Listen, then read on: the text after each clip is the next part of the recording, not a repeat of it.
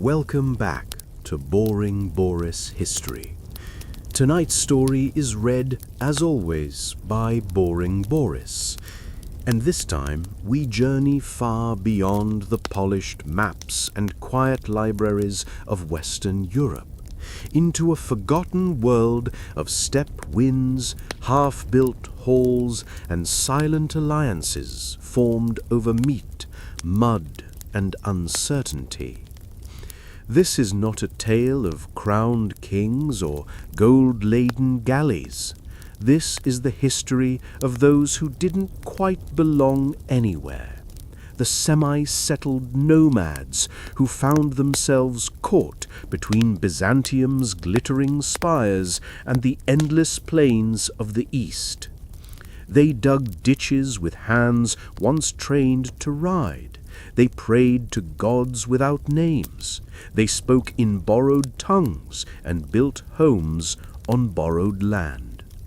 The Balkans in the era of the Khans were neither fully tamed nor entirely wild. In this strange, in-between land, people lived not in the safety of defined states, but in the rhythm of compromise. Forgotten, used, erased, and still they endured. So lie back, let the cold wind of the steppe fade behind you. Let the voice of the past speak slowly. This is the hidden truths of the steppe lords of the Balkans. Imagine waking, not to the crow of a rooster, but to the thudding hooves of a mounted messenger, distant but urgent. The ground shakes just slightly beneath your straw mat. You sit up, not because you're rested, but because routine demands it. Your shelter isn't a tent, though your grandfather lived in one. It isn't quite a house either. The walls are timber, sealed with mud. The roof leaks in two corners. The floor is mostly packed dirt. There are no icons on the walls, but there is a carved wooden symbol above the door, a relic of something older than Christianity, though no one calls it that anymore. You are what some call a prilozhnik, though the name changes depending on who's asking. You live in a settlement near the edge of cultivated land, where the forest thins and the steppe begins. The empire to the south has no map of your village. The Khan scribes haven't written your name. But someone always comes to collect grain, or timber, or men. Outside, it's cold. The kind of cold that makes you pull your furs tight, even in early spring. The sky is steel grey, the trees still black from winter's memory. You gather your tools, a curved hoe, a length of rope, a half-rotted bucket. They were your father's. You sharpened them last night by firelight, listening to your uncle speak in half-muttered Turkic, words that still haunt the village but have lost their grammar. You step into the clearing. Smoke rises from a dozen other homes like yours. Thin trails, barely visible against the morning mist. A dog barks in the distance. Not yours. You cannot afford one. You walk toward the communal field where rocks are dug up as often as roots. Today, you're expected to clear a trench. It isn't for crops. It's a channel for runoff, ordered by a steward from the local stronghold. No one explains why. No one asks. The steward has armor. You don't. Beside you, another man arrives, older, with a hunched back and a scarf hiding the left side of his face. He nods once. You nod back. There are no greetings here, only gestures. You both begin to dig. The soil is soft near the surface, but beneath it lies clay. Your hoe bounces, then sticks. You use the rope to pull a stone aside. It's slow work, cold work, boring work. And it never ends. You take your break around midday. If you're lucky, you have dried meat and barley porridge wrapped in linen. If not, you chew birch bark and pretend it helps. You drink from a shared leather pouch, dried wine or bitter broth, depending on what your mother boiled last night. You don't speak while eating. It's not tradition, it's fatigue. In the afternoon, a rider arrives, young, arrogant, armored, with a small standard tied to his horse's flank. He carries a scroll. He doesn't read it. He tells the group what it says. The Khan needs 40 men from your region for service in the west. The message is short. There's no negotiation. A name is read from a smaller parchment. Not yours this time. But it could be next season. By dusk, the cold has worsened. The trench is half finished. The steward won't be satisfied. You'll be told to rise earlier tomorrow. Someone will complain quietly. Someone else will vanish within a week. That's how it is. No mourning, no drama, only silence and then the next name. You return home with stiff legs and a dull ache behind your eyes. Your mother is asleep. Your sister tends a fire. Your brother counts dried herbs. The small space smells of smoke and sweat with an undertone of sour milk. You sit on a woven mat and stretch your legs near the fire. You watch the flames flicker against the low ceiling beams. You wonder how many winters your roof has left. Outside, the rider's hoofbeats fade into darkness. Inside, the fire dies slowly, and tomorrow it all begins again. You are not a warrior. You are not a slave. You are not a free man either. You are part of something old and unfinished, a life stitched together from what remains after migration slows, but before civilization takes root. And that life, like the trench you dig, offers no explanation, only depth and repetition. The world you inhabit does not run on parchment or proclamations. It runs on memory, on gestures, on silence, repeated so often it becomes a kind of law.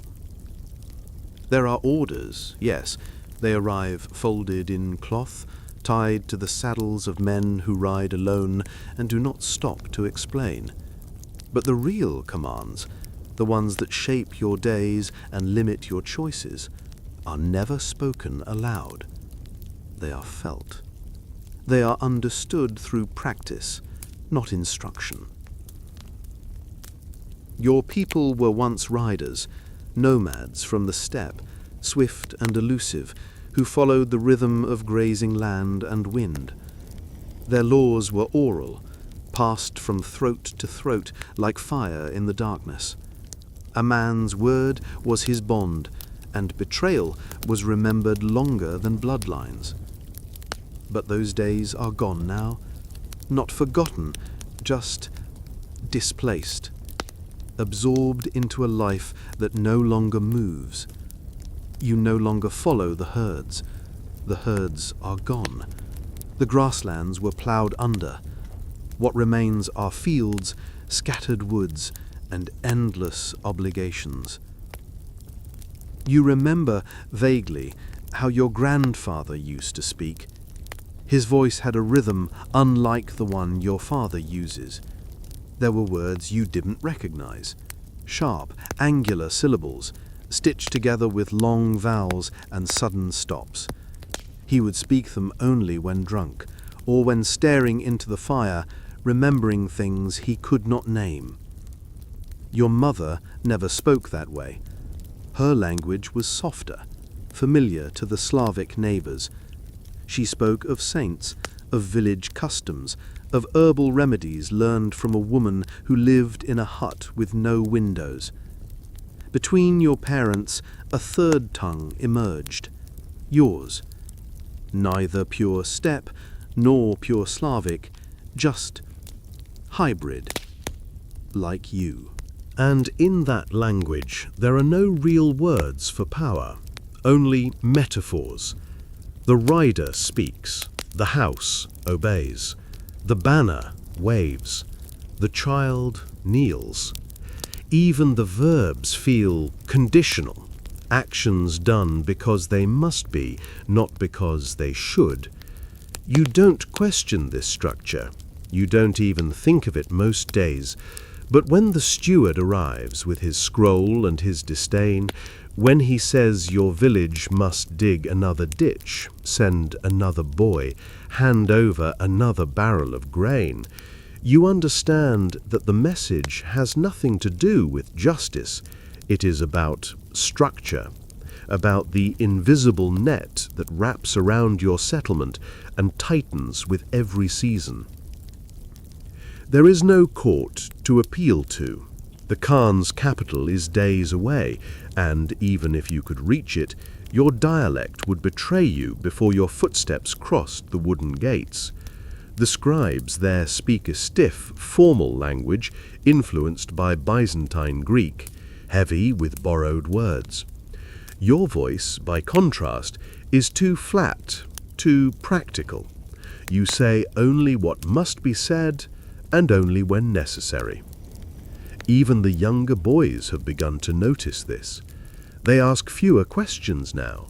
They understand that the man with the red fringe on his tunic is not to be interrupted. They know that when the messenger stops at the well and reads a name, everyone must go silent, even the dogs. And when someone protests, as your cousin did last season when his brother was conscripted, the silence afterward is even deeper. He was not punished. He was simply ignored, like a name scratched out of bark. His brother never returned, but no one speaks of it. Not because they are cruel, but because to speak of what cannot be changed is to lose strength. The old man who sharpens the plough blades has a phrase he uses often. Those who shout are heard only by the wind. No one laughs when he says it. They simply nod. You have begun using it yourself. The younger children assume it as a proverb from the Khan's men. It isn't. It's just an observation, an admission of limits. The orders that come from the regional stronghold are usually vague, clear enough to follow, but never detailed enough to question. Prepare food for the western post. Send 5 oxen and timber before the river freezes. Designate 3 men for watch duty on the south ridge. You do not ask who the food is for. You do not ask why the timber is needed. You send what is asked, and you continue digging. And in this strange half-silence, a system has taken root, one not written in ink, but in repetition.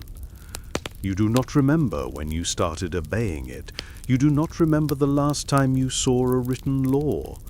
But still, you live within it. The Khan, they say, has rules, that he respects treaties, that he governs with strength and justice. You've never met him. You've never even seen a likeness. But when the steward rides in, calling for tribute, invoking the Khan's name, you bow your head like the others. Sometimes, during the long winter evenings, when the fire burns low and the wind makes the shutters creak, your brother reads aloud from a clay-covered scrap of parchment he found near the road. It's in Greek. You don't understand most of it, but the letters look clean, precise, as if they mean something, as if the world they came from has structure. He asks if he should learn more. You nod, but you don't encourage him. You're not sure if understanding that world will protect him or only show him how little protection he has. The language of silence runs deeper than grammar. It's in how you move your shoulders when passing a man with a badge. It's in how you lower your eyes during orders. It's in how you place your tools carefully at the end of the day, not because they will be stolen, no one wants them, but because that's what your father did, and his father, and his. You are not powerless. You have skills. You can repair a cart axle in under an hour. You can slaughter and prepare a goat with 3 knives and a cloth. You can catch fish in winter with nothing but a split reed and patience. These are not small things, but they are not the kind of strength that matters to those who decide. And so each order that arrives, each scroll, each command, each whispered rumor of an impending tax is absorbed not with fear, but with quiet acceptance. You nod, you obey, you go on. And in that going on, in that ability to move forward without being heard, you join a long invisible chain, one made not of iron, but of repetition. The language of those who carry history, but are rarely written into it. Tomorrow, more orders will come, and you will understand them without needing to speak. Because you always have. There is a strange dissonance in the structures that rise around you. You live in neither tent nor house, and your village is neither truly permanent nor entirely nomadic. Every building seems to remember a time when it was something else, when it moved with the wind or collapsed with the seasons. Your home is made of timber, but your grandparents remember when it was made of felt and pole. There are stone foundations here and there, left from Roman ruins, reused without reverence. A corner of a collapsed aqueduct becomes a pig shelter. A marble slab inscribed with Latin now serves as a doorstep.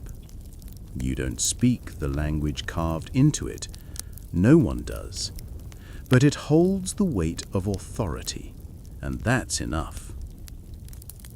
Each generation rebuilds a little differently. Some dig deeper cellars. Some add a second floor, only to remove it after a storm. The roof styles vary. Pitched, flat, thatched, depending on whose uncle learned carpentry from which distant cousin. Nothing is uniform, and nothing is permanent.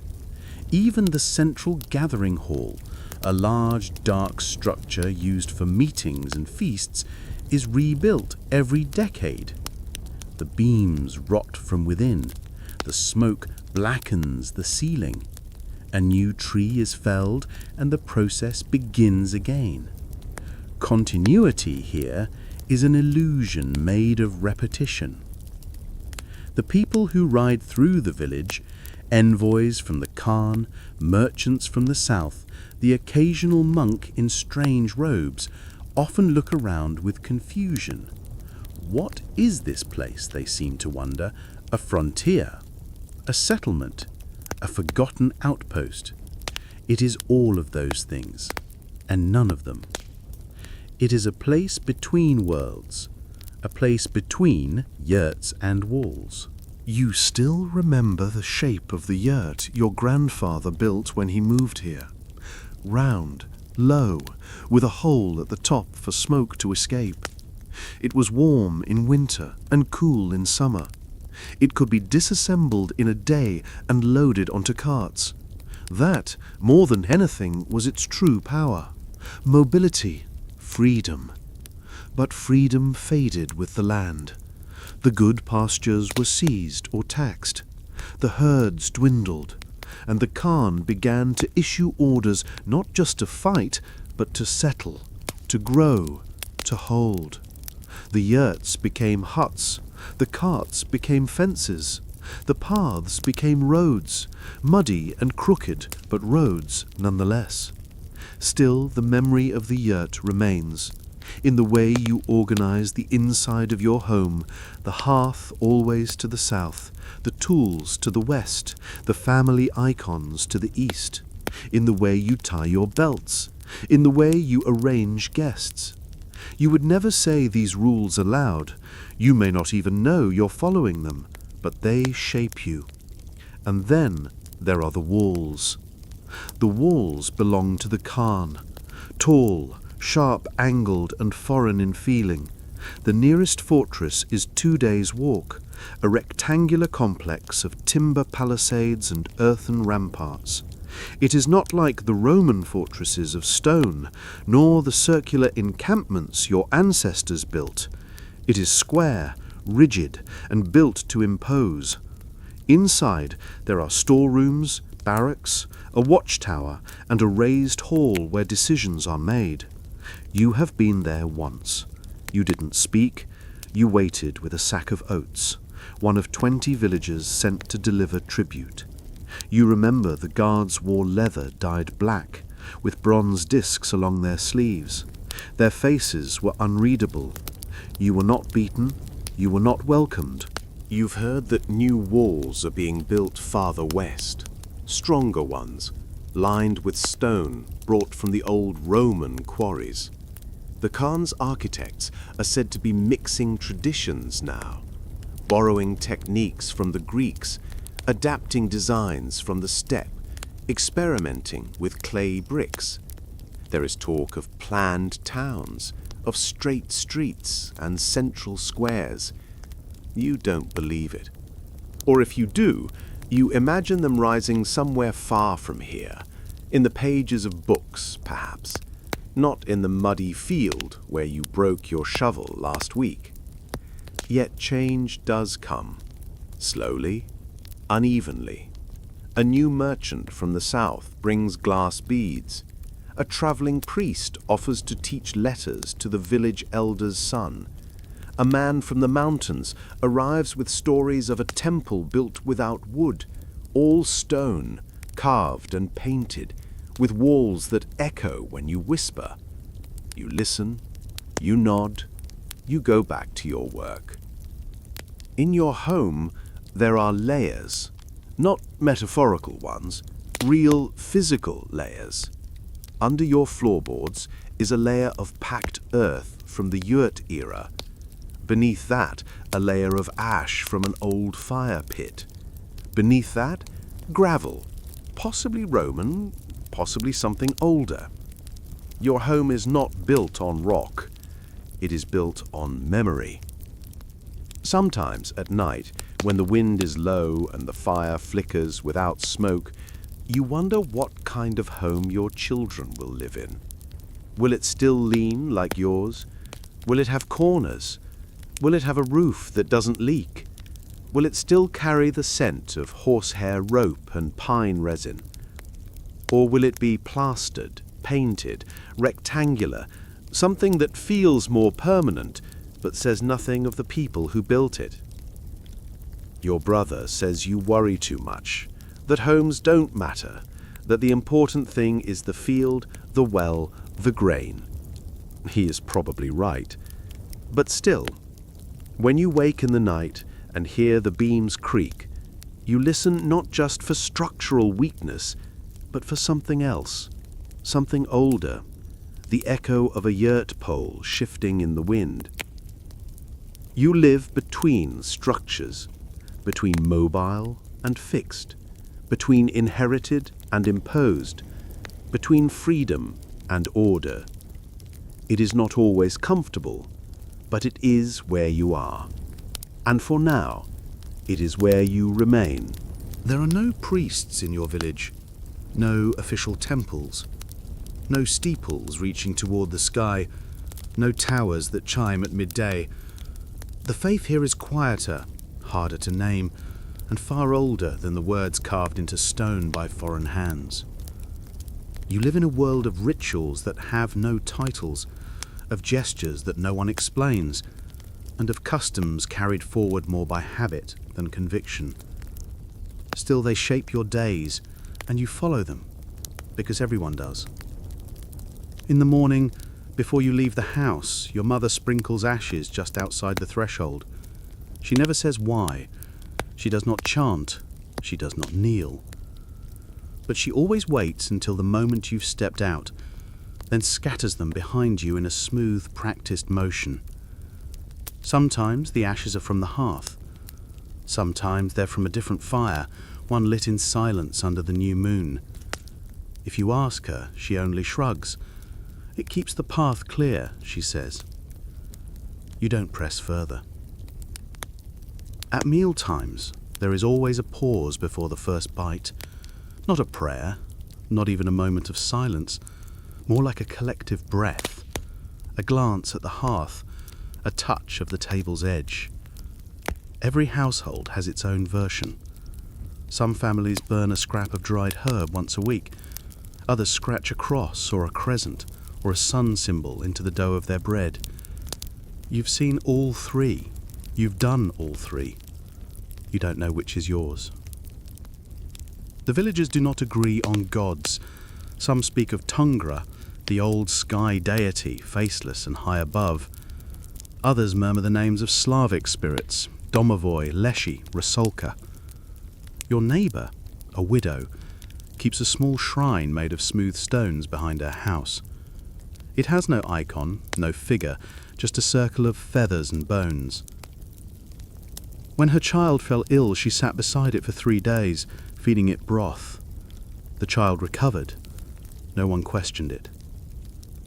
But the missionaries had begun to arrive. They come from the south, cloaked in grey or black, carrying staffs, wearing wooden crosses around their necks. They do not shout, they do not threaten. Instead, they bring stories. A man who died and lived again. A kingdom that stretches beyond this life. They bring bread, and they bring written words. Most of the villagers are polite. They nod. They accept the bread. A few attend the readings held in the open field on Sundays. But when the missionaries leave, the villagers still leave coins on the windowsill during thunderstorms, and still whisper to the trees before cutting a branch. The Khan himself, they say, is considering baptism, or has already converted, or will convert next season. The rumors shift with the wind.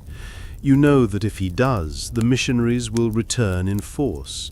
They will bring icons, incense, stonemasons.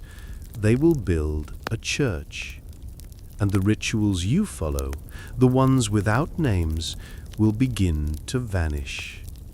You do not resist this idea. You do not embrace it. It is simply the next thing that will happen. Like the harvest, like the conscription, like the steady erosion of the yurt beneath your home. Still, you hold to what you know.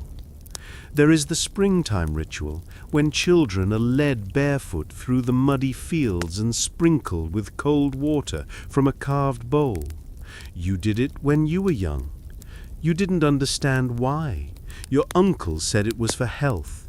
Your grandmother said it was for protection. No one said who it was addressed to. You just did it. There is the custom of never letting the fire go out in winter. Even when food runs low and wood is scarce, someone must tend it. If it dies, it must be relit from a neighbor's hearth, never by flint. The coals must be borrowed, not borne. You do not know why, but when the fire once failed during a blizzard, your father trudged through waist-deep snow to a nearby house and returned with a single ember wrapped in cloth. You remember how he held it, not like a tool, but like a fragile animal. And there is the funeral rite. When someone dies, and they often do without ceremony, without warning. The body is placed not in a coffin, but on a bed of herbs.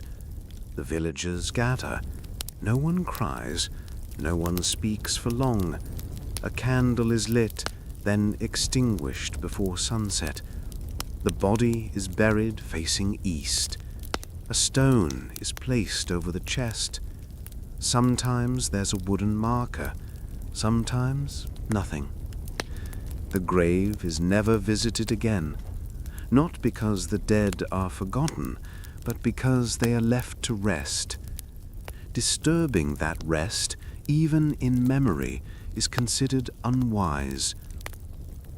On certain nights, solstices, eclipses, the birth of a second calf to the same mother, the older women gather in the hills. They wear dark shawls, they carry baskets. You've never gone with them. You don't ask what they do. But the next morning, herbs appear hanging from doorways, and the air smells of something bitter and sharp. Your people do not speak of belief. They speak of patterns, of cycles, of what is done when the snow comes, when the fields bloom, when the moon turns red.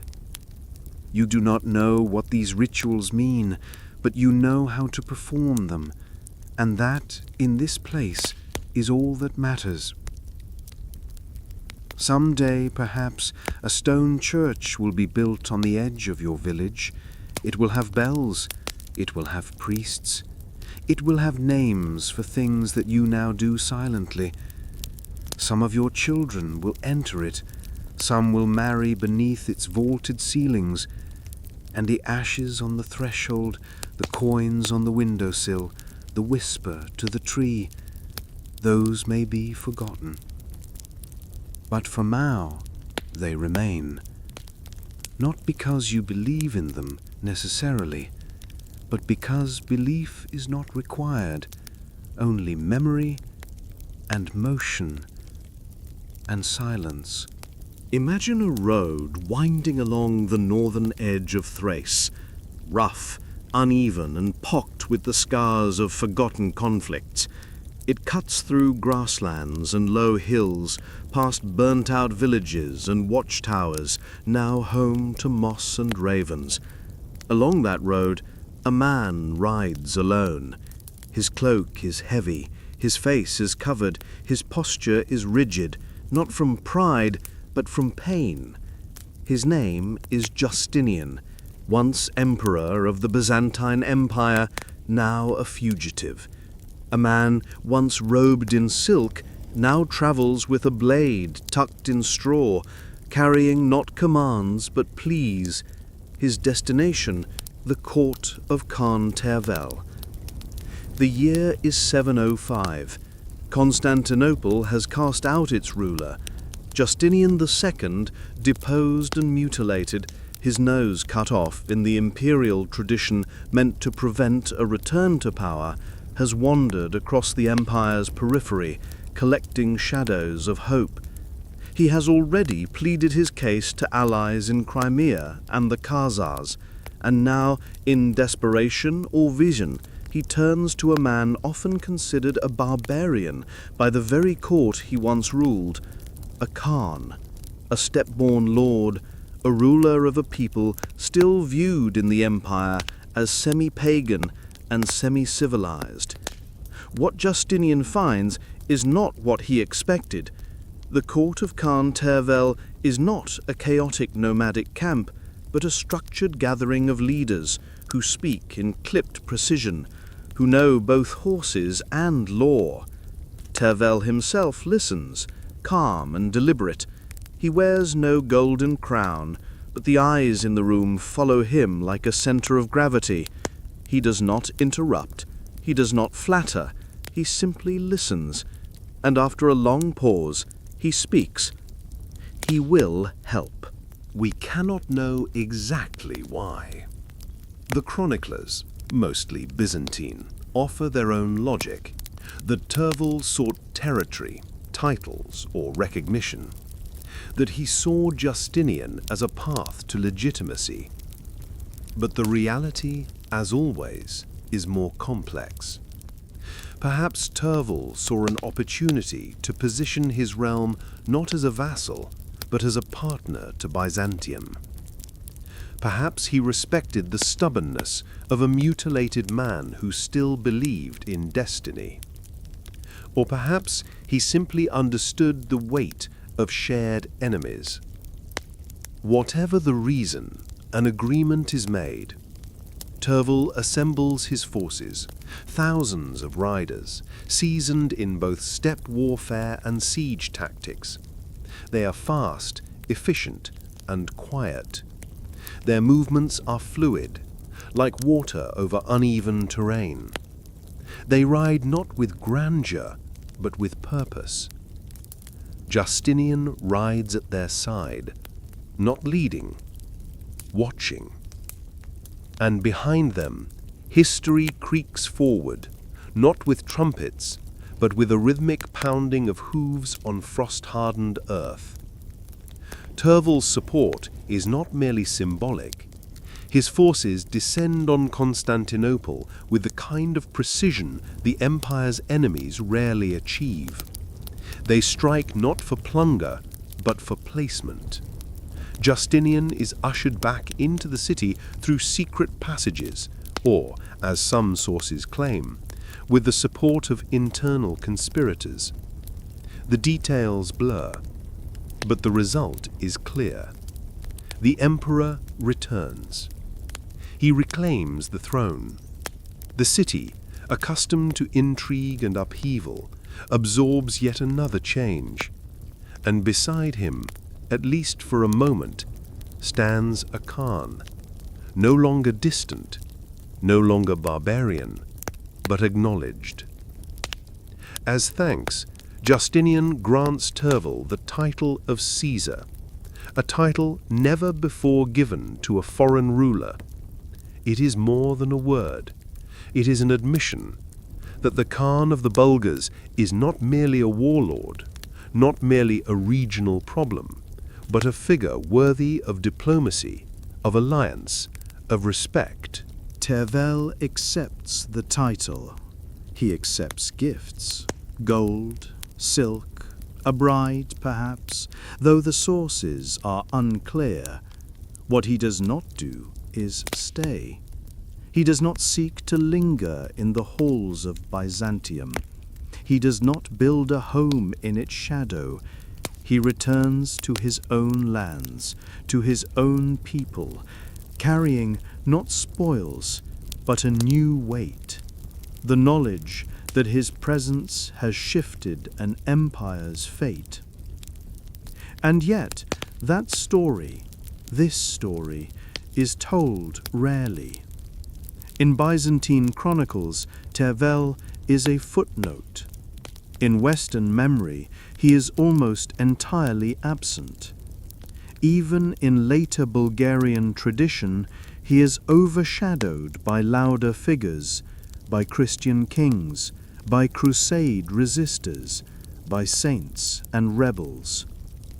But for a brief moment, in the early years of the 8th century, it was a man from the steppe, ruling from wooden halls and river banks, who decided the future of an empire surrounded by sea. History does not always honor its most pivotal players, especially those who speak softly, especially those who leave little behind in writing. But if you listen closely, if you ride with that lonely figure down the wind-scoured road toward the Balkans, you might hear it, the echo of a bargain made not in ink but in trust, the soft sound of power moving from one world to another. A mutilated emperor returned to his throne. A foreign Khan given the title of Caesar. An alliance, as brief as it was significant, and the quiet certainty that history often turns not with a roar, but with a nod. In the grand records of Byzantium, titles mattered. They were not merely honors, they were tools, weapons even, wielded as carefully as swords. To be named Caesar was not a trivial gift. It implied not just favor, but closeness to the divine order, proximity to the imperial will. Emperors did not share titles lightly. To bestow one upon a foreign leader, a man who did not kneel at the altar of Hagia Sophia, who did not write in Greek, who did not wear robes cut in the Roman style, was an act as radical as it was calculated. And yet this is exactly what Justinian II did. He gave Khan Tervel the title of Caesar. The Byzantine chroniclers record it almost reluctantly. Theophanes, ever precise in his disdain for the uncivilized, writes it as fact, but with no praise. Others omit it entirely, or fold it into lists of transactions, as if it were a particularly large payment in sheep. But among the Bulgar people, the weight of the title was understood, even if the language was foreign. It marked a shift, a recognition, a thin but undeniable thread between the wooden halls of Pliska and the marble corridors of Constantinople. And yet, Tervel did not use the title the way an emperor might. He did not stamp it onto coins. He did not rewrite his decrees to include it. He did not parade it through villages or demand that envoys kneel differently.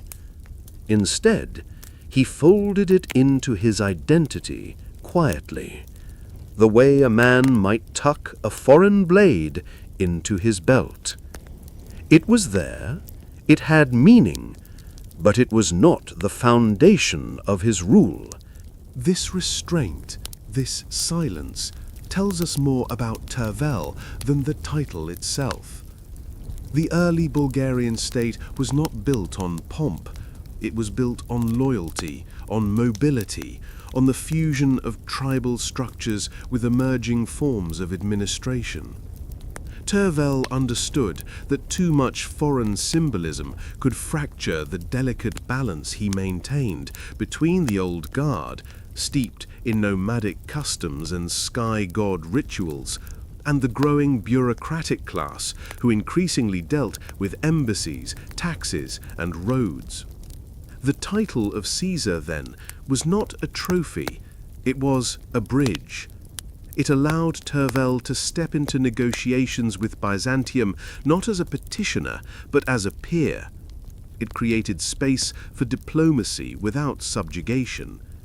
When envoys crossed the border, they did not speak to a barbarian warlord, they spoke to a Caesar. And while they may have gritted their teeth behind courtly smiles, they bowed all the same. But what makes this moment remarkable is not that the Byzantines gave a title, it is that the Bulgars did not let it change them. The court at Pliska remained humble, more timber than tile, more furs than silk. The feasts were served in wooden bowls, not golden platters. The guards rode horses that were bred for endurance, not ceremony. The walls were watched by men who remembered what it was to starve. Tervel did not build a replica of the Eastern Roman court. He did not adopt Greek as his official tongue. He did not impose Orthodox Christianity, though it was, no doubt, whispered in his halls. He accepted the title, but he did not let it define him. And this was not weakness, it was strategy. By refusing to mimic the empire, Tervel preserved the legitimacy of his own order. He could engage with Constantinople without becoming it. He could enter their records, but on his own terms. His people saw this, even if they could not name it. They saw a leader who earned respect without surrendering identity. This is a lesson often missed in the histories of conquest and assimilation. Power is not always taken by force. Sometimes it is offered and refused, or accepted in form but not in essence. Tervel understood this balance, and so the title of Caesar remained what it needed to be, a key, not a crown. And yet, there is tragedy in this silence, because Tervel left behind few words, no letters, no memoir, no grand inscription proclaiming his vision. We know him only through fragments, Byzantine chronicles written by men who did not admire him, stone records carved in borrowed alphabets, and the outline of policies inferred from later reforms. Even the murderer rider, sometimes linked to him, is mute. There is a strange echo in this, that the man who once saved the empire left behind so little in the language of that empire. But perhaps that is fitting. Tervel's strength lay not in proclamations, but in positioning, not in spectacle, but in stability. He was not a founder of churches or a burner of cities. He was a stabilizer, a negotiator, a quiet force whose presence shaped the margins of an empire struggling to hold itself together. And in that silence, in that refusal to boast, lies a different kind of power, the kind that does not need to shout to be heard. The alliance, like all alliances born of desperation, did not last. Within just a few short years after his restoration, Justinian II began to act as emperors often did when memory fades and pride returns, with suspicion, with ambition, and with an impatience for gratitude. And like so many rulers before him, he misunderstood the difference between submission and cooperation. He had returned to the throne because a foreign Khan had carried him there. But once seated again upon the golden throne in Constantinople, he chose to forget the price and the partner that had made that return possible. Khan Tervel did not. At first, the cracks were small. Promised lands, likely near Zagora or along the southeastern frontier, were not formally transferred. Byzantine garrisons, expected to withdraw, lingered in nearby forts. Byzantine merchants, exempt from certain duties under the alliance, were reportedly taxed anyway. Some of this may have been confusion. The Byzantine bureaucracy was immense and not always swift to carry out its emperor's will. But Tervel saw it not as oversight, he saw it as erosion. By 708, the tensions reached a breaking point. Justinian, either out of arrogance or miscalculation, decided to address the Bulgarian problem not through diplomacy, but through force. He launched a campaign toward Ankylos, a strategic town on the western Black Sea coast, just south of the Balkan frontier. From there, he could assert control, perhaps even push Tervel back toward the Danube. The army he gathered was sizable, though hastily assembled. It included imperial guards, local levies, and naval support along the coastline. The emperor himself led the march. But Justinian, it seems, had forgotten what Tervel's riders were capable of. The clash at Anchialos was swift, brutal, and decisive. Tervel, informed of the incursion well in advance, chose his ground carefully. He knew the terrain, the forested hills, the narrow paths, the fields that turned to marsh after even a single rain.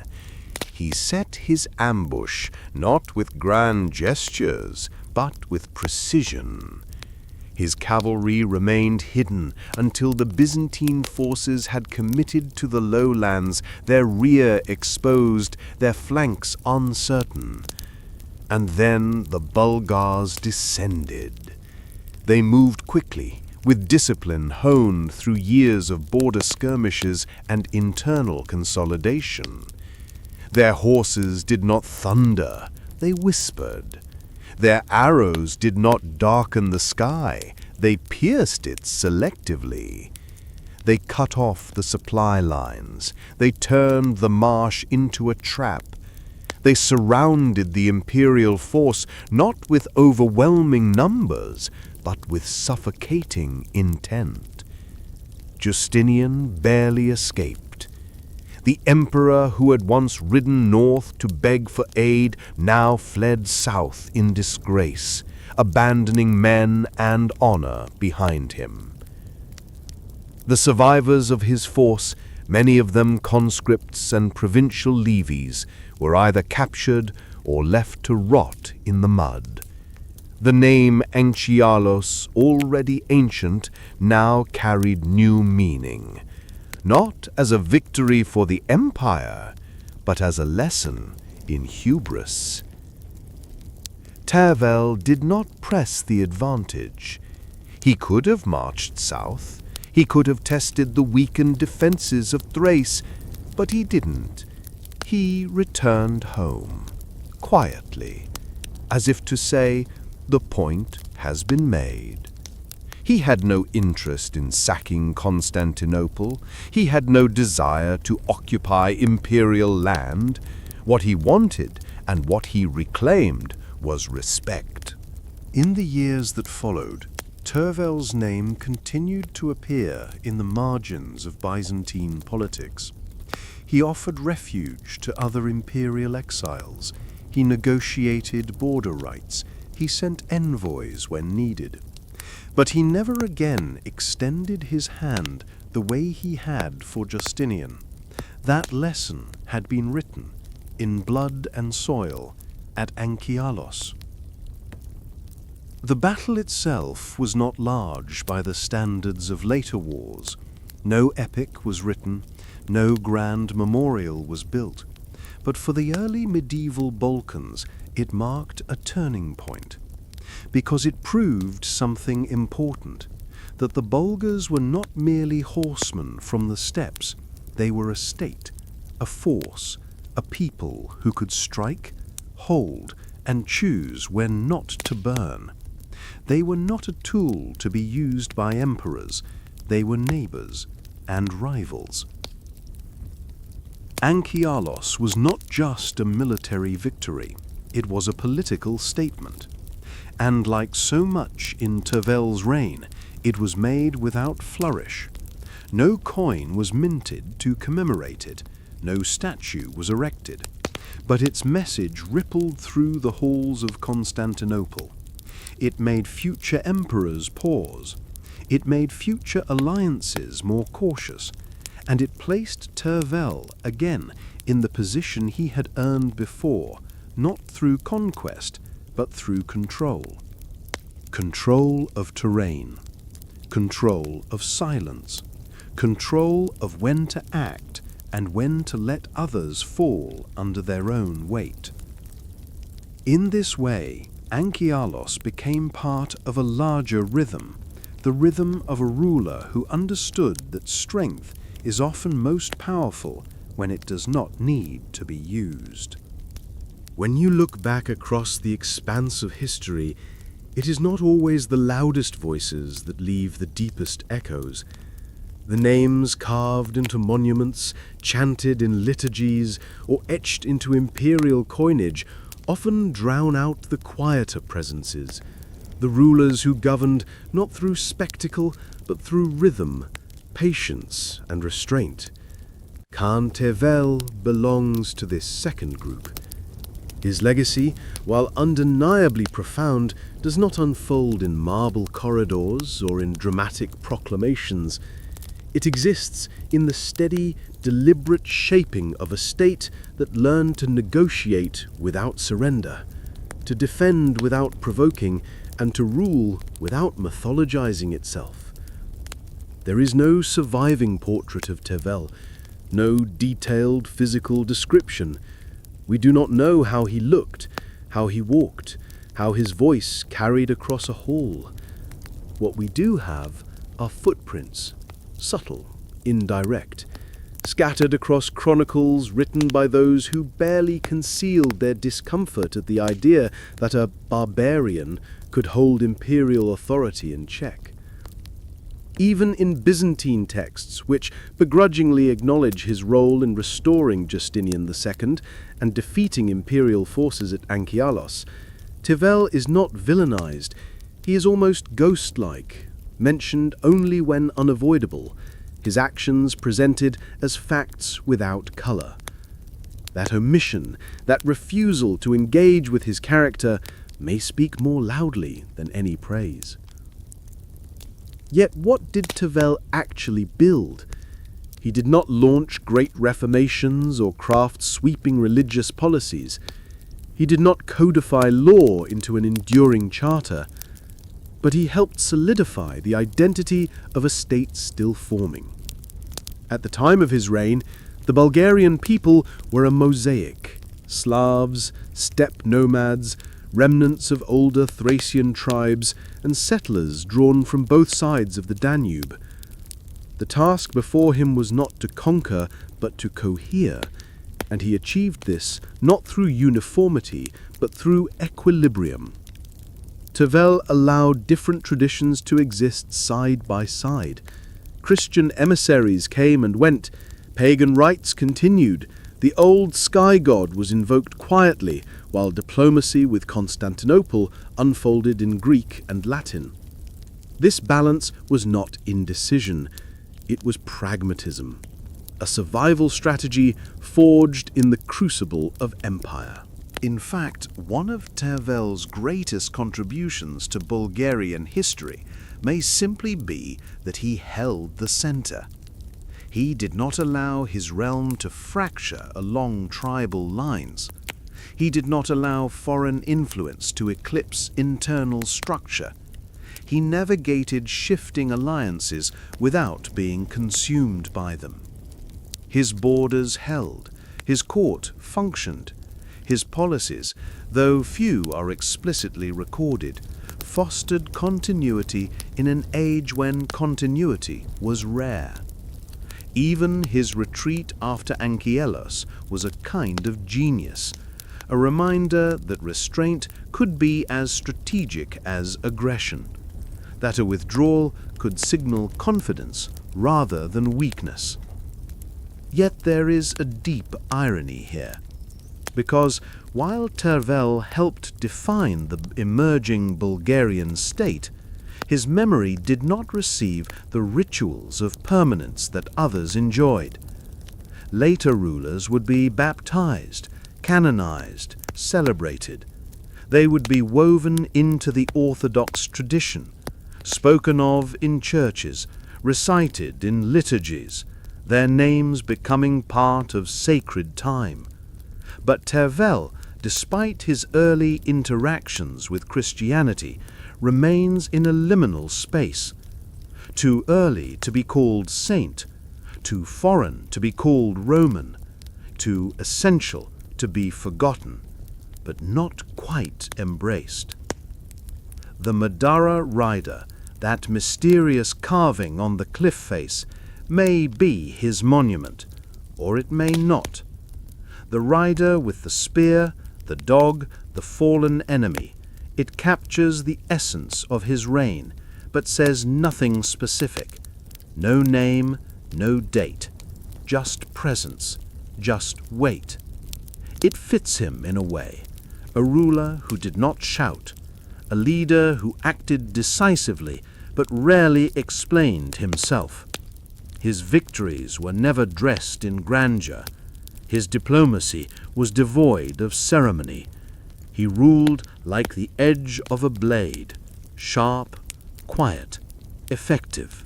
And yet, even in this quiet, something profound endures. Tervel was the first foreigner to receive the title of Caesar from Byzantium, a recognition that shattered the assumption that only Romans could command legitimacy. He was the first Bulgarian leader to appear in imperial records as an equal, not a threat. He was the one who, by helping Justinian reclaim the throne, forced the Byzantine elite to acknowledge that their world was no longer theirs alone. This is the legacy that didn't shout, a redefinition of power, played not in spectacle, but in sequence, a shift in what it meant to be a state on the margins. Tervel proved that Bulgaria was not a periphery, it was a player, and his method, rooted in patience, clarity, and silence, would define the tone for generations of Bulgarian diplomacy. In the end, what Tervel left behind was not a church or a code or a golden throne. He left behind a position, a precedent, a shape of power that could survive without needing applause. And perhaps that is why his name still stirs beneath the surface of history, not in headlines, but in footnotes, not in bells, but in echoes. It is fitting, then, that you hear about him now, in a whisper, in the hush of a late hour, in a story told not to incite awe, but to ease you into a deeper stillness. Because Tervel, in life as in legacy, moved not to astonish, but to remain. Quiet, steady, enduring. Along the northern edge of the Madeira Plateau, where the land begins to rise into rough limestone ridges, a silent presence waits. It does not greet you, it does not warn you, but you feel it before you see it. A weight in the air, a shift in the rhythm of birdsong, a sense that you have stepped into the gaze of something ancient. And then, as the sunlight shifts against the stone, you see him, the rider, carved high into the cliff face, above eye level and beyond easy reach. His horse steps forward, purposeful. Beneath its hooves lies a fallen figure. Behind it runs a dog. The spear held in the rider's hand points downward, eternally caught in the moment just after conquest. This is the Madeira rider, and no one fully knows who he is. He is not framed like a saint. He does not wear a crown. There is no halo above his head, no angels at his side. He is not divine in the Byzantine sense, nor heroic in the Roman one. He is motion without narrative, presence without context. The stone says nothing, the rider does not speak, yet he endures. For centuries, the people who lived in the shadow of that cliff could not agree on his meaning. Some said he was a god, a representation of Tangra, the high sky spirit of the early Bulgars, too sacred to be drawn directly, yet present here in abstraction. Others believed he was a Khan, perhaps Tervel, perhaps someone older, immortalized in victory over an unnamed foe. A third theory suggests he was neither, simply a totemic protector, carved not to commemorate, but to watch, to keep silence from turning into oblivion. The cliff itself gives few clues. It is steep and pale, part of a larger limestone formation that stretches across northeastern Bulgaria like the fossilized spine of some forgotten beast. The carving sits about 23 meters above the ground, unreachable without scaffolding. It was not made for villagers. It was not meant to be touched. It was meant to loom. Beneath the image, several inscriptions were added over time. They are in Greek, carefully chiseled into the rock. They mention names, Tervel, Kormesi, or Mortag, and speak of gifts from the emperor, of alliances, of boundaries respected and broken. But they do not name the rider. They do not explain him. They treat him the way a traveler might treat a weathered shrine by the roadside, with respectful indifference. They use him as a backdrop, never asking why he is there. And so the cliff watches, not in the sense of surveillance, but in the deeper sense, the sense of something that has witnessed too much to blink. The landscape around the Madara rider has changed dramatically since he was carved. Empires have risen and collapsed.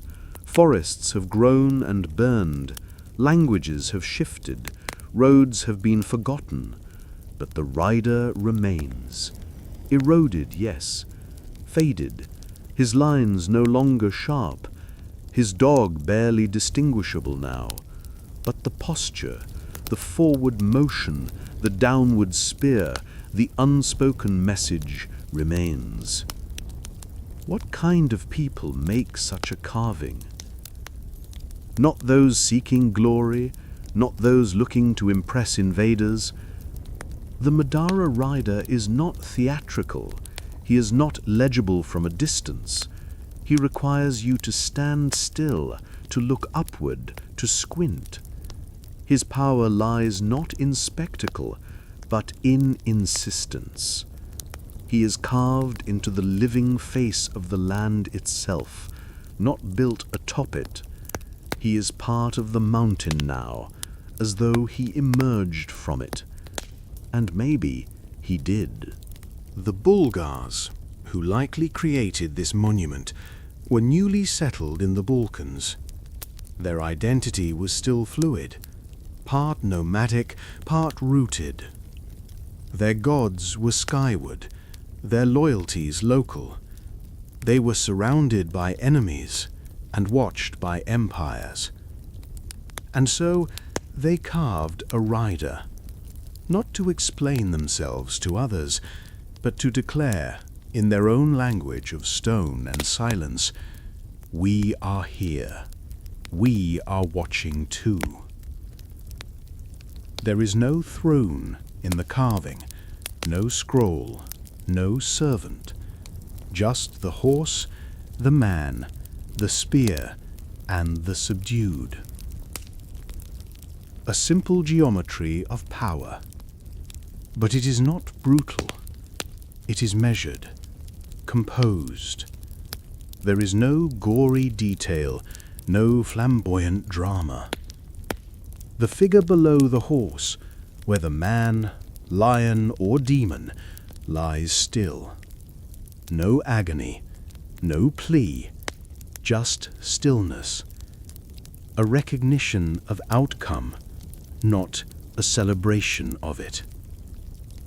That restraint is striking, especially when you consider the age in which it was made, a time when victories were often exaggerated, when rulers glorified themselves in garish reliefs, when conquerors renamed cities. The Madara rider does none of this. He doesn't even name his enemy. He simply continues, his spear always descending, his dog always running, his horse always advancing.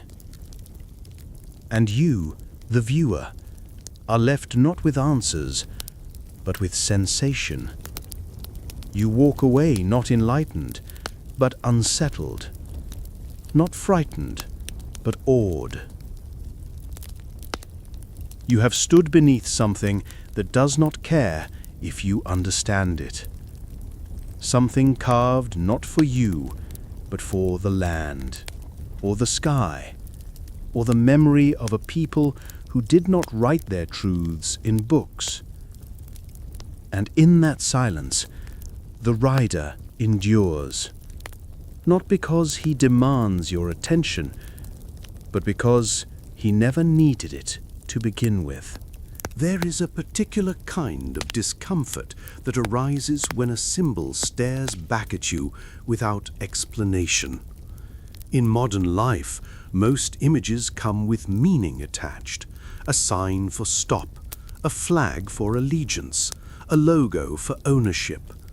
But the Madara rider defies this system. It presents an image, a bold, deliberate, carefully crafted image, and withholds interpretation. It offers shape without clarity. It refuses to decode itself, and in doing so, it becomes something rare in the world of historical monuments. It becomes an invitation to uncertainty. Every attempt to understand the rider has carried the fingerprints of its time.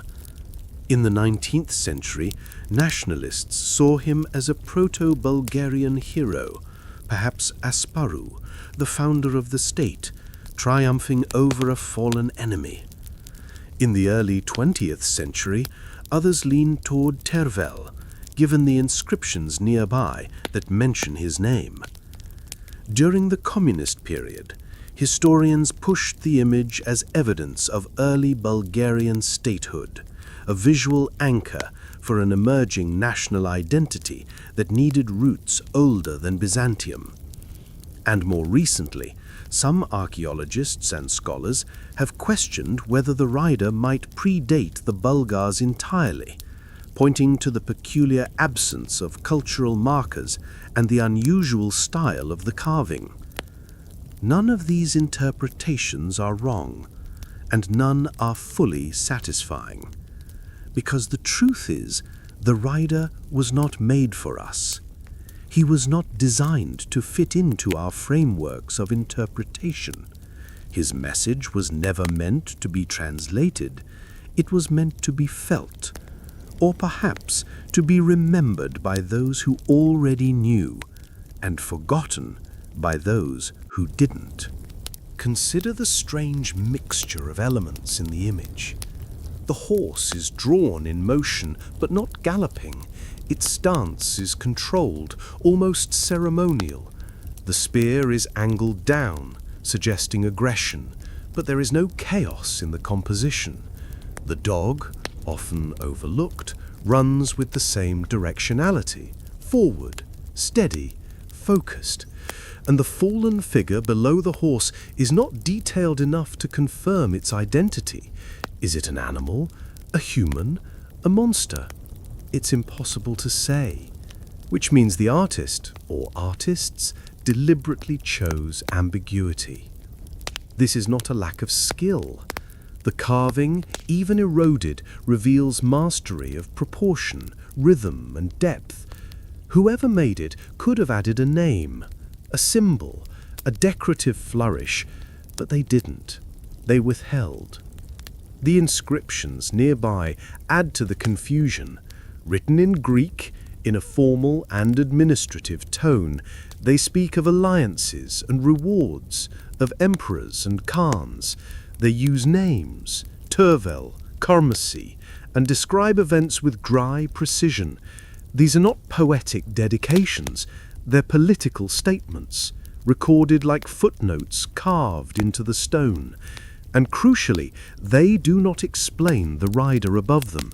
They treat him as landscape, not subject, as if the image were older than the words, as if it belonged to a realm that language could no longer reach. This disjunction between image and text, between motion and stillness, between clarity and refusal, is what gives the rider his power. He is a threshold figure. He stands at the edge of meaning, just far enough away to escape being pinned down. And in that space, we project. We see what we need to see: a founder, a god, a warning, a memory, a fragment of authority, a statement of survival, a mark on the land that says, "We were here and we mattered." But perhaps it is more useful to accept what the rider does not say. He does not name the enemy beneath his horse. He does not claim divine sanction. He does not point backward toward lineage or forward toward destiny. He simply moves forward, spear down, eyes, if they ever existed, focused. He does not wait to be understood. He does not invite narrative. He does not ask for anything. And yet he remains. This quality, the refusal to be absorbed into another culture's storytelling, is rare in monuments, especially in the borderlands of great empires. Roman statues were often co-opted, rededicated, Christianized. Pagan shrines were converted into chapels. Images were explained, subsumed, recontextualized. But the Madara rider stands apart. He was never incorporated into the Orthodox canon. He was never transformed into a Christian saint. Even during the Ottoman centuries, when so many traces of the past were either erased or overwritten, the rider survived. Ignored, perhaps, but intact. He is not timeless.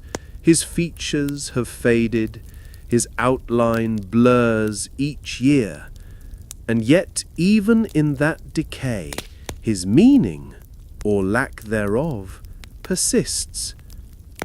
In a world obsessed with interpretation, the Madara rider offers something else. The possibility of meaning without explanation, of power that does not need to be narrated, of presence that resists conversion. And that in itself may be his message. Not who he was, not what he did, but that he is still there, watching, unnamed, unclaimed, refusing to translate, refusing to disappear.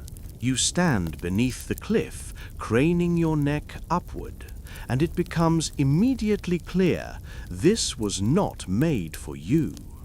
Not for the curious traveler, not for the tired farmer, not even for the ruler who might pass below in procession. The Madara rider does not speak down to his people. He speaks up, or perhaps he speaks only to what is above him. His placement is too high for a human audience, too remote to be a tool of propaganda. Unlike Roman arches or Christian frescoes, which teach through visibility and narrative, the rider was never meant to be easily seen, let alone interpreted. He was carved for the sky. This idea that a monument could be directed not at people, but at something greater, something beyond, shifts how we must think about the rider. He is not a statement of victory over the enemy below. He is a message to whatever watches from above. And in a culture like that of the early Bulgars, where sky worship lingered in silence long after formal rites had faded, that matters. It means the cliff is not simply a canvas, it is an altar. To the Bulgars of the 8th century, the divine did not live in temples. It lived in the wind, in the vault above the steppe, in the empty space that no hand could reach. Tangra, or the sky spirit by whatever name he bore then, had no image. He was not carved or drawn. He was present in absence. The rider, then, may be not the god himself, but the offering, the silhouette of a man, powerful, mounted, in control, ascending in eternal motion, forever just beneath the heavens. A human figure, idealized but not deified, shown mid-action, yet caught in stone, not praying, not kneeling, but doing, moving, achieving. This kind of sacred expression is not easy to decode, because it does not follow modern categories. It is neither secular nor strictly religious. It does not tell a story. It creates a presence. And its meaning is not activated by being looked at. It is activated by existing. Like a cairn on a mountain top, like a fire lit on the edge of a ravine, like the old practice of raising swords to the sky during oaths, not so they could be seen, but so they could be known. The rider's scale reinforces this. He is large, but not colossal. His horse is proportioned, his spear balanced. There is no exaggeration, no flourish. The carving is not about domination. It is about permanence. It was not made to impress. It was made to remain. And it has. Through centuries of storm and sun, through changes in state and faith, through times when no one looked up, it has remained. Even when overgrowth obscured parts of the cliff, even when erosion softened its lines, the rider never disappeared. And that too speaks to its intent. It was not carved to be visited, to be adored, or even to be recognized. It was carved to witness and to endure. Those who carved it, whether artisans under Tervel's command or spiritual practitioners acting under older traditions, chose their materials and location with care. Limestone is soft enough to shape, but durable enough to last. The cliff is high enough to challenge time, but angled just enough to catch morning light. The exact site was not an accident. It was selected not for its strategic value, but for its orientation, a sacred geometry known only to those who lived with the land, who listened to wind patterns and watched how shadows moved across the rock at different seasons. And so the rider became a kind of hinge between the earth and the air, between human and divine, between action and memory. What is most haunting, perhaps, is that it worked. Even now, when modern tools allow us to replicate, analyze, and document the carving in excruciating detail, its core function remains untouched. You can chart every chisel stroke, measure every line, and still feel something just out of reach, a silence in the stone that defies analysis. This is not art as decoration. It is art as ritual, as invocation, as a form of non-verbal, non-temporal communication, a carving that prays not with words, but with being. The people of that era lived hard, fast lives. Illness was common. Borders were porous. Identity was unstable. And yet they stopped and carved a rider into a cliff. Not for vanity, not for celebration, but for something higher, something that could not be written.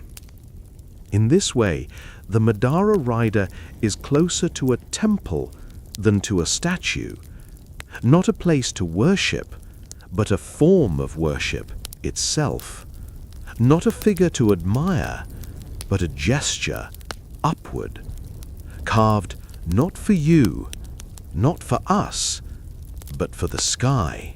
Centuries have passed since the chisel last touched the stone, and yet the Madara rider is still there, faint, worn, blurred in places, but unmistakably present. The cliff has cracked in places. Lichen and moss stretch thinly across the limestone. Heavy rains have softened the edges, and frost has taken its toll year after year, but the rider remains. His spear still leans forward. His horse still steps with purpose. His silhouette, however faded, still watches the horizon with the kind of quiet endurance that only stone can manage. And in that endurance, something deeper has emerged: memory. Not memory in the personal sense. No one alive remembers who carved the rider, or even exactly when. Not memory in the historical sense either. The records are too fragmented, too contradictory. This is memory in the environmental sense, a presence that has soaked into the landscape, the way certain hills are known without being named, or the way a forest clearing feels sacred, though no one knows why. The rider is not just an image on stone.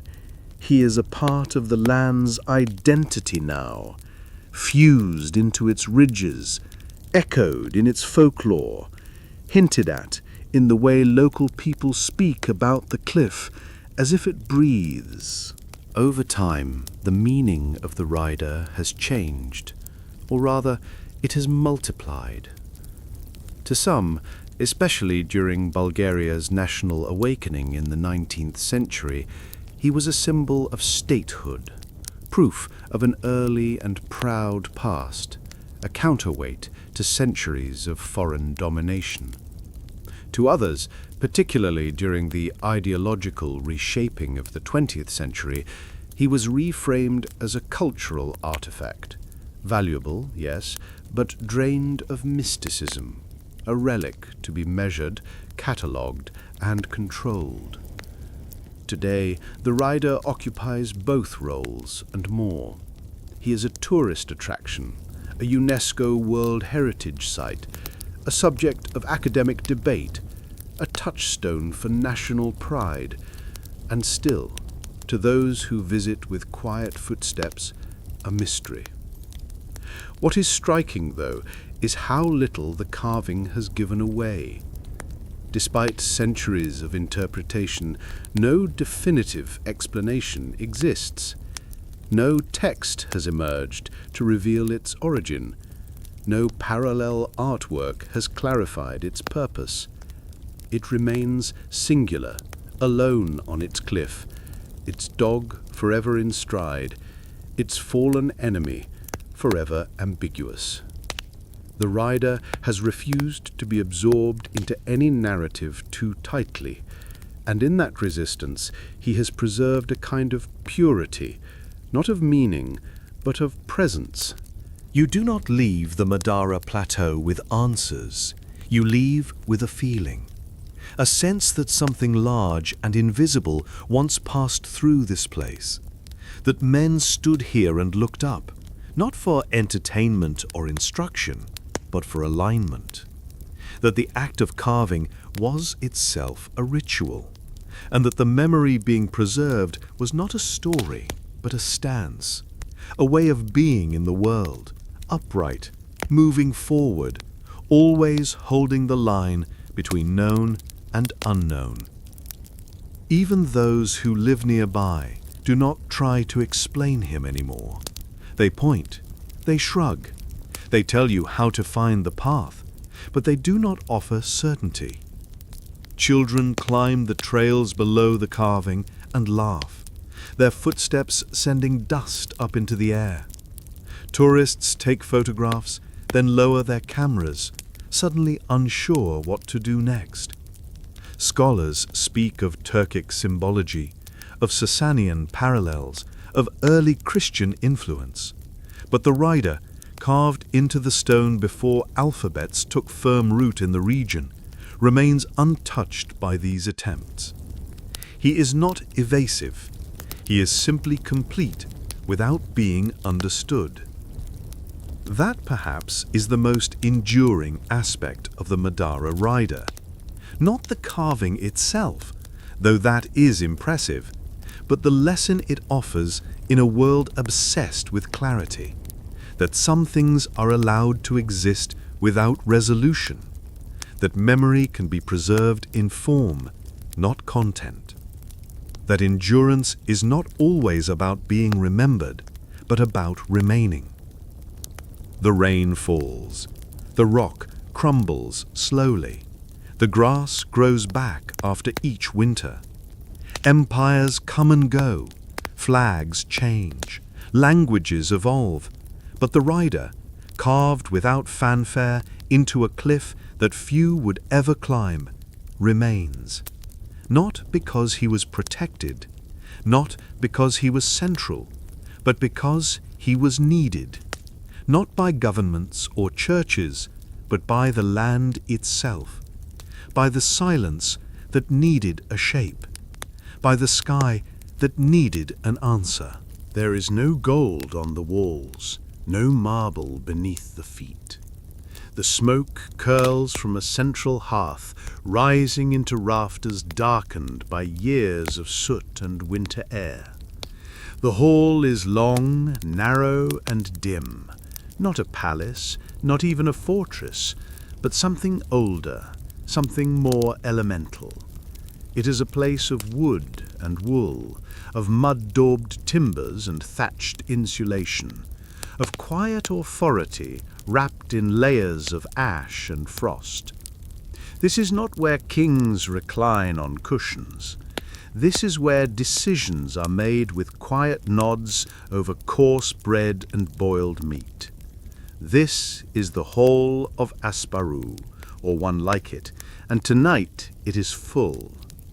The table is not a single slab of oak. It is many planks, joined roughly and unevenly, warped by heat and use. Clay bowls, each one mismatched, are spaced with no particular order. There are no servants. Each man eats with his own hands, and no one asks for more than what is placed in front of him. The food is simple: fatty lamb stew, root vegetables boiled until soft, coarse bread broken and shared. A thin, fermented drink is passed in a single wooden cup, wiped quickly before changing hands. It is not a meal of pleasure, it is a meal of structure. And structure is everything here. Each man at the table knows where he sits, not because someone has told him, but because he knows where not to sit. The seat at the head belongs to the Khan, though tonight he is not seated yet. His arrival is not announced. When he enters, conversation ceases, but not out of fear, out of rhythm. He walks the length of the hall, cloak trailing slightly over dirt and straw, and takes his place with a kind of inevitability, as though he has always been there and always will be. He does not speak right away. He looks around. He listens. The silence deepens. And only then does the meal begin in earnest. This is not the world of Byzantium, with its jeweled chalices and robed eunuchs. It is not Rome, with its senatorial orations and marble busts. There are no titles spoken here, no florid speeches, only nods, only the slow passing of bowls, only the clink of wood on wood. Decisions are not proclaimed, they are felt. And yet, This is not a primitive place. It is not crude. It is precise in its own way. Every gesture here carries weight. When the Khan dips his bread into his bowl, others follow. When he wipes his hands on his cloak, they wait until he is finished before doing the same. No one stands unless he does. No one speaks to him directly unless invited. These are not rules written down. They are remembered, passed from father to son, whispered between cousins, watched more than explained. The hall itself is alive with these gestures. Smoke moves in currents that reflect the conversation. Eyes flicker toward the hearth, toward the door, toward the Khan. A man coughs, not once but twice, and others shift in response. These small rhythms are not random. They are part of the architecture. As much as the beams, as much as the firelight, as much as the carved bone ornaments that hang from the rafters like memories suspended in air. Above the table, there are no chandeliers, only wooden poles with hooks, where cloaks are hung to dry, where weapons are rested when peace is agreed upon. The weapons are not removed tonight. They are near the table, close enough to reach, but untouched. This too is a signal. The Khan does not call for peace, but he permits it. He does not announce the safety of the whole. He allows it to be assumed. There is no music. Sometimes, when a younger cousin drinks too much, he hums an old song, a steppe melody passed down from riders who once traveled days without seeing a tree. Tonight, no one sings. The quiet is not heavy, it is deliberate. It is what holds the structure together. A kind of scaffolding built not from beams, but from restraint. What makes this gathering significant is not the food nor the setting. It is the presence of men who would not normally sit together. A tribal leader from the north, recognizable by the pattern in his belt. A man with a Slavic accent and a Byzantine scar above his eye. A scout who once served under a rival Khan, now sworn to this court. They eat together, but they do not forget who they are. Their loyalty is not assumed. It is negotiated every evening, bowl by bowl, glance by glance. The Khan speaks little. When he does, it is to ask a question. He does not offer commands in public. That is not the point of the hall. He speaks with tone, with pace, with emphasis so slight it feels accidental. A comment about the harvest becomes a warning. A question about a border fort becomes an assignment. No one writes anything down. Everyone remembers everything. The warmth in the hall comes not from the fire, but from the shared need to stay within its walls. Outside, the wind rises. The horses stamp in the dark. A messenger waits with news from the south. But for now, no one moves. They chew. They listen. They wait. And in this long, slow moment, something rare happens. Power circulates, not as decree, but as breath. Inhaled, exhaled, held between men who know too much to speak quickly. This is a hall without luxury, but not without meaning. Its simplicity is its strength. Its quiet is its clarity. And in that quiet, a kingdom holds itself together, not through conquest, not through spectacle, but through endurance, through the soft clack of bowls, through the creak of benches, through the measured pauses of men who understand that rule does not always need to be visible, to be real. It only needs to be shared. There are places in the world where loyalty is declared with banners, trumpets, and proclamations read aloud in public squares. The courts of emperors, the processions of kings, the ceremonies of coronation, all designed to show allegiance in sound and spectacle. But not here, not in the hall of Asperu, nor in the wooden chambers of his heirs. Here loyalty is quieter. It is not announced, it is observed, measured not in volume, but in what is withheld, what is endured, what is never said. Imagine the scene again, the same long table, the same flickering fire, the same bowls of broth slowly cooling while decisions are made without formality.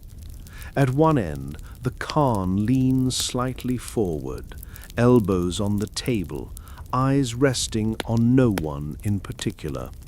At the other end, a younger man, a new leader of a far-flung settlement, clears his throat.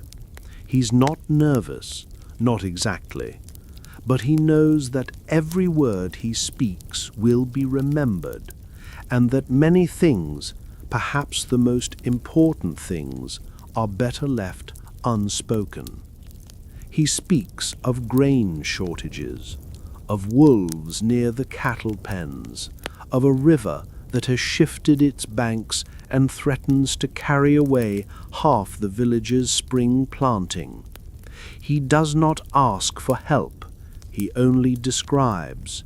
The Khan nods once, the others listen. A pause follows, not filled with comment, but with assessment. One man sets his spoon down slowly, another sips from his cup without looking up. These gestures form a kind of vocabulary, subtle, flowing, mutually understood. Nothing is written down, nothing is repeated. The Khan finally responds. He asks whether the bridge is held. That is all. Not whether the villagers are safe, not whether the harvest will survive, only whether the bridges, the connection points, remain intact. The younger man answers yes, and in that answer, layered with tones only the experienced can hear, comes an unspoken vow. We are still here. We are still connected. We still stand under your banner, even if that banner hangs from a roof beam and not a pole. This is how loyalty works in this world. It does not follow oaths, it follows recognition. A man who speaks too much is often viewed with suspicion, as if trying to convince others of something he himself doubts. But the man who endures quietly, who fulfills obligations without demanding favor, who knows when to speak and when to remain still, that man is remembered. He is given responsibility, not reward, and that, in this hall, is the true measure of belonging.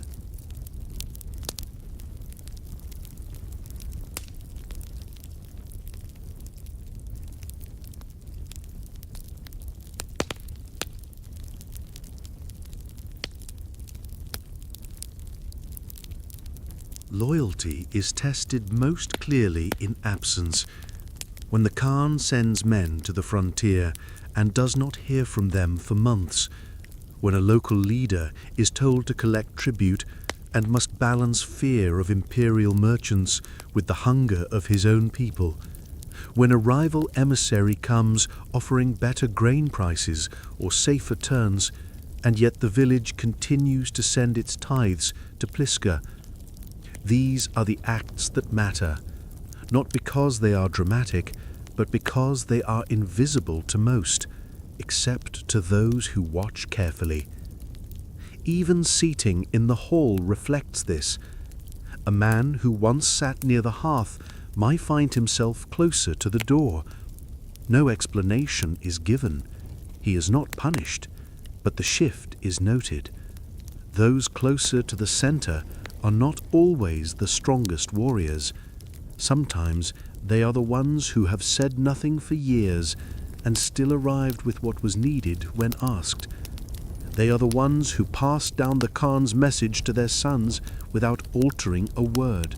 Trust here is not built through negotiation. It is built through repetition, through consistency, through presence. The man who returns every season with his grain, his horses, his stories told briefly and without self-pity, he is trusted. The man who embellishes, who asks too often, who arrives late or too early, he is watched.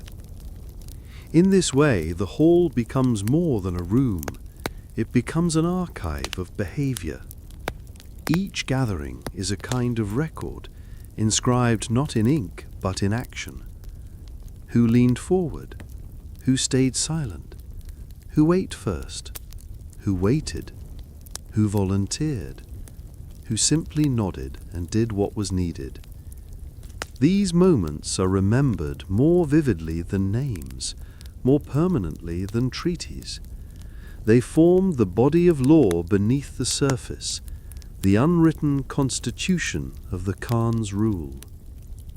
And the Khan himself, though he holds the center, does not dominate. He listens more than he speaks.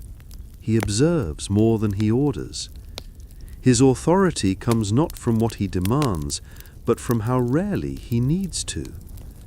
Men serve him not because they fear him, though some surely do, but because he does not waste their loyalty. He does not embarrass them. He does not forget. When one man in the hall stands at the end of the meal and says nothing at all, merely bows and steps back into the shadows, everyone understands what has happened. A task has been assigned. A trust has been renewed. No announcement is made, no applause. The door closes behind him, and the fire crackles on. Outside, the wind continues its low song across the steppes. The horses are quiet.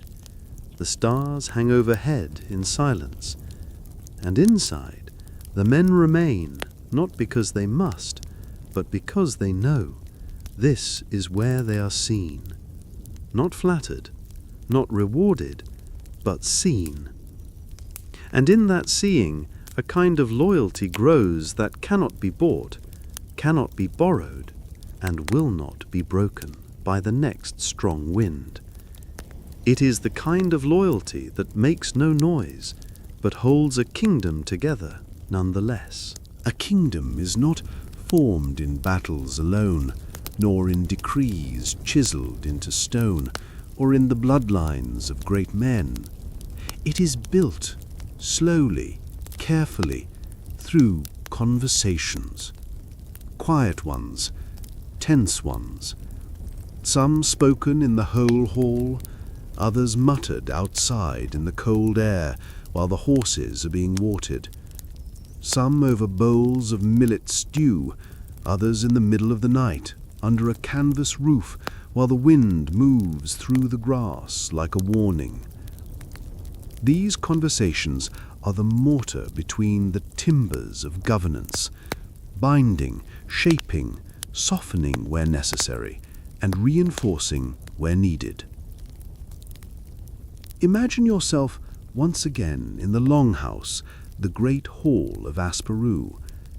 The evening meal is long over. The torches burn lower now, casting flickering shadows. The warriors have retreated to their corners. But not everyone has left. 3 men remain, seated, speaking in low tones. Not arguing, not laughing, but weighing. Weighing options, weighing risks, weighing what it would mean to move 50 families closer to the Danube, weighing how the border with the Avars can be maintained without sending more men, weighing how many oxen are needed to keep the southern routes open through winter. These are not dramatic talks, but they are the kind that make nations last. It is not the decisions alone that matter, but how they are reached. One voice may begin with a concern, a road washed out, a chieftain's son refusing his father's orders. Another voice responds not with a solution, but with a question. What was the boy promised?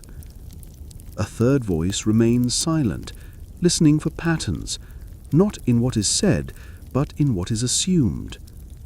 This rhythm of give and take, of statement and silence, forms the backbone of early statecraft. There are no official minutes, no scribes, but the memory of these discussions lingers. And more than that, it guides action. The subjects of these talks are rarely grand. No one here is discussing the nation in abstract terms. They speak of timber runs, of stray dogs in border villages, of a woman in Pliska who speaks too freely about her father's pagan dreams. It is through these narrow openings that wider truths emerge. What begins as talk of wolves may become a reassessment of hunting rights. A debate about migrating flocks may become an argument for formal taxation, and a whisper about a restless boy might bloom into a discussion of succession, of what it takes to command respect in the years to come. Sometimes nothing is decided. A man outlines a problem. Others nod. No action follows. But even this has weight. The issue has been entered into the shared consciousness of those present. If it is raised again later, it is not as a surprise, but as something already considered, and therefore less threatening. This way, the Khanate absorbs change without rupture. It stretches, shifts, and survives. What is striking again and again is how little is said about ambition. No one boasts of expanding territory. No one declares a vision of empire. The language is grounded, practical.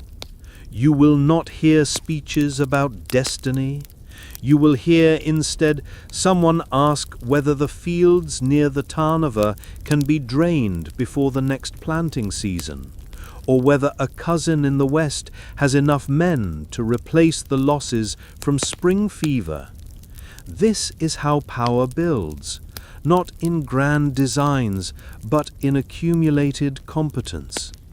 Still, hierarchy matters. Not every man can enter these late-night conversations. Only those who have shown their steadiness, who know when to speak plainly and when to defer, are included. And inclusion is not permanent. One careless statement, one outburst, one missed duty, and a man finds himself outside the circle again. Perhaps not exiled, but distanced. His voice is still heard, but not considered in the same way. The edge of the table is a place of slow banishment. Yet within these constraints, true agency lives. Here, a border captain may speak directly to the Khan about a village's unrest. A merchant may warn of imperial spies dressed as grain sellers. A healer may describe the spread of a new sickness and urge the relocation of entire families. These suggestions are not dismissed because of status. They are examined, taken seriously, because the state in its early days is porous. It listens because it must. It listens because not listening means collapse. Even dissent has its place. A man may disagree gently, carefully, by telling a story. "My grandfather tried that once," he might say, "and the river punished him for it." This is not contradiction, it is redirection. It allows criticism without rupture. The stories serve as buffers. They turn sharp disagreements into shared memory, into learning. It's worth noting how decisions are communicated afterward, not through proclamations, but through behavior. If the Khan speaks with a new envoy, others take note. If he invites a particular commander to dine closer to the hearth, it is observed. These are the signals by which new policies take root. By morning, the word has spread, not because it was declared, but because it was seen. This slow diffusion ensures stability. It binds the center to the periphery without noise. And when the hall finally empties, when the embers glow faintly and the wind hushes outside, what remains is not just the memory of words exchanged, but the quiet knowledge that something has been moved forward, even if just an inch, even if only in understanding.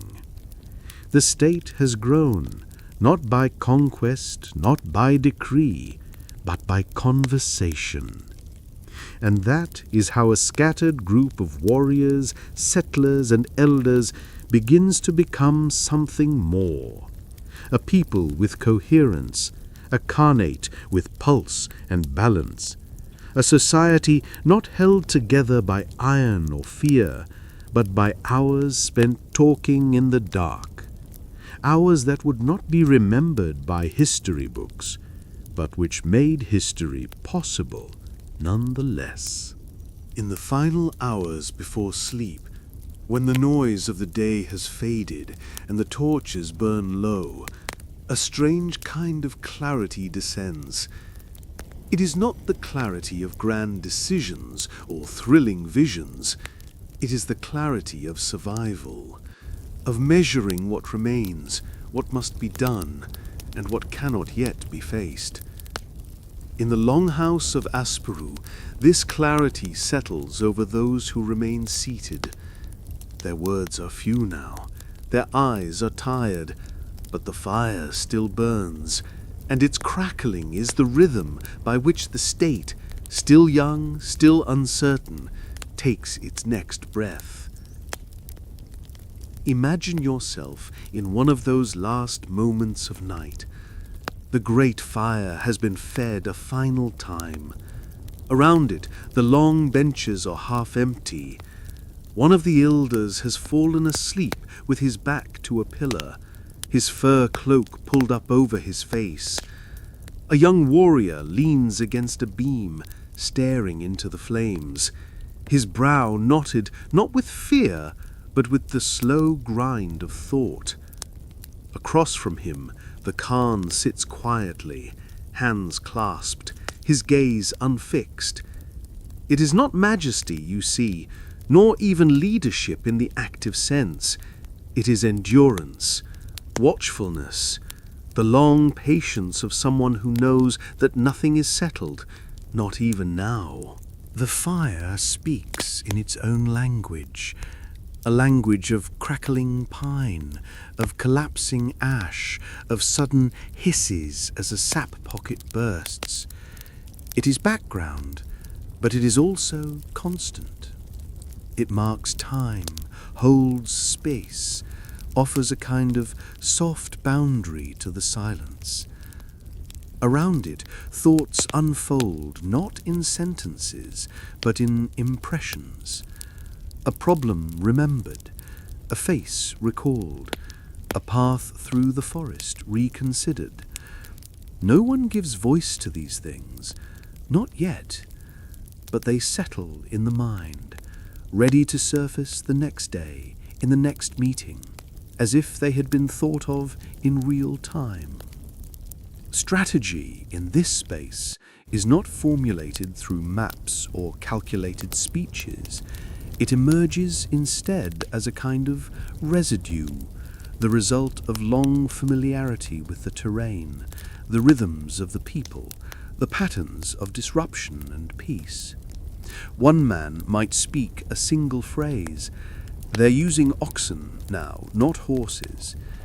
That is all. No explanation. But the others understand what it means. Slower raids, different paths, a possible shift in their tactics. The whole does not react with alarm or excitement, just a shared intake of breath, and then silence again. These late hours are also when the mind wanders, not just in the dreamy sense of sleep coming on, but in the deeper, strategic way of tracing what-ifs. What if the envoy from Thessaloniki was lying? What if the grain reserves in the southern fields are lower than reported? What if the stone carvers are falling behind, and the monuments meant to solidify legitimacy will remain unfinished? These questions do not demand answers now, but by thinking them here, at the edge of exhaustion, at the edge of warmth, they are made real. They join the slow current of concerns that guide the Khanate course. Sleep comes slowly and not all at once. Some remain half awake, shifting, adjusting their cloaks, murmuring to themselves. Others retreat quietly, not to rooms, for there are none, but to corners of the hall, to mats or furs they've rolled out near the warmer stones. Even sleep here has a kind of discipline. There are no lullabies, no comfort rituals, only the weight of the day lifted at last, and the tentative hope that tomorrow will be manageable. Not victorious, not easy, just manageable. Even the Khan sleeps, but never first and rarely deeply. His rest is the kind of rest that feels like watching from behind closed eyelids. His dreams are sparse, not visions of grandeur, but echoes of conversations, flashes of memory. His brother's face before the last campaign, a stone bridge under construction, the face of the Byzantine envoy when offered salted cheese instead of meat. These fragments do not instruct him, they do not warn him, but they shape him nonetheless. They temper his resolve. They remind him of the cost of every minor choice. Meanwhile, the fire burns lower. Its light no longer fills the hall. Shadows stretch farther now. The corners darken. Outside, the steppe is still. The cold has crept in through the eaves, settling like a second skin over every sleeper. And yet there is a strange kind of peace in this, a peace that comes not from comfort, but from clarity.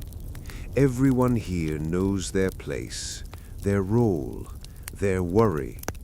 The Khanate is not stable, not yet, but it is awake, aware, and, for tonight, intact. By dawn, the hall will stir again. Men will rise, stretch, speak gruffly to one another. They will step outside to relieve themselves, to inspect the sky, to check their horses. The night's concerns will not be forgotten. They will have shaped something, a decision, a hesitation, a new task assigned to a scout or a smith. But no one will point to the moment it happened. That is the nature of early power. It shifts in silence. It forms not in daylight, but in the quiet just before. And so we leave the great hall not in triumph, not in resolution, but in the comfort of movement that continues even in sleep. The crackling fire has burned low, but it has not gone out. The Khan still breathes, the warriors still dream, and the shape of tomorrow, whatever it may be, has already begun to form in the warmth of that shared silence. So now, as the final echoes of hoofbeats fade into the long silence of history, we leave behind the world of the steppe lords who once moved like shadows across the Balkans. Their names, etched in stone or whispered through chronicles, may not stir modern memory easily, and yet their presence remains in the land itself, in words we still speak, in customs half remembered, in roads that trace old borders, and in silences too, long, patient silences that shaped the rhythm of power more than any shout of war. Tonight, we've walked through a time before nations had clear names, before cities outshone horses, before laws were written on paper instead of remembered through story and symbol. We've sat beside the fire in Asparuh's hall, where loyalty was measured not in oaths, but in presence. We've stood beneath the Madara rider, where the sky meets the stone, and tried, quietly, patiently, to read a message meant for those who would never meet its author. We've seen what it meant to belong to no clear world, not nomad, not settler, not quite foreign, not fully native. To carry a past that slips away with every ploughed furrow, to live between movement and settlement, suspicion and alliance, vision and mud. And we've listened to the footsteps of Khan Terfel, whose aid turned the tide of an empire, to the silence after a feast, to the shape of strategy forming in the mind, not as speech, but as weight. These are not loud stories. They do not demand attention. They wait, and in that waiting, they survive. There is something calming in that, the realization that history does not move only in moments of drama, but in repetition, in watching, in holding still. So now, let your thoughts drift. Let the sound of hooves fade into wind. Let the fire in Asparuh's hall burn low in your mind, not out of sight, but warm and steady, a quiet reminder that even in uncertain times there are those who keep watch, and in their silence a world continues. Good night.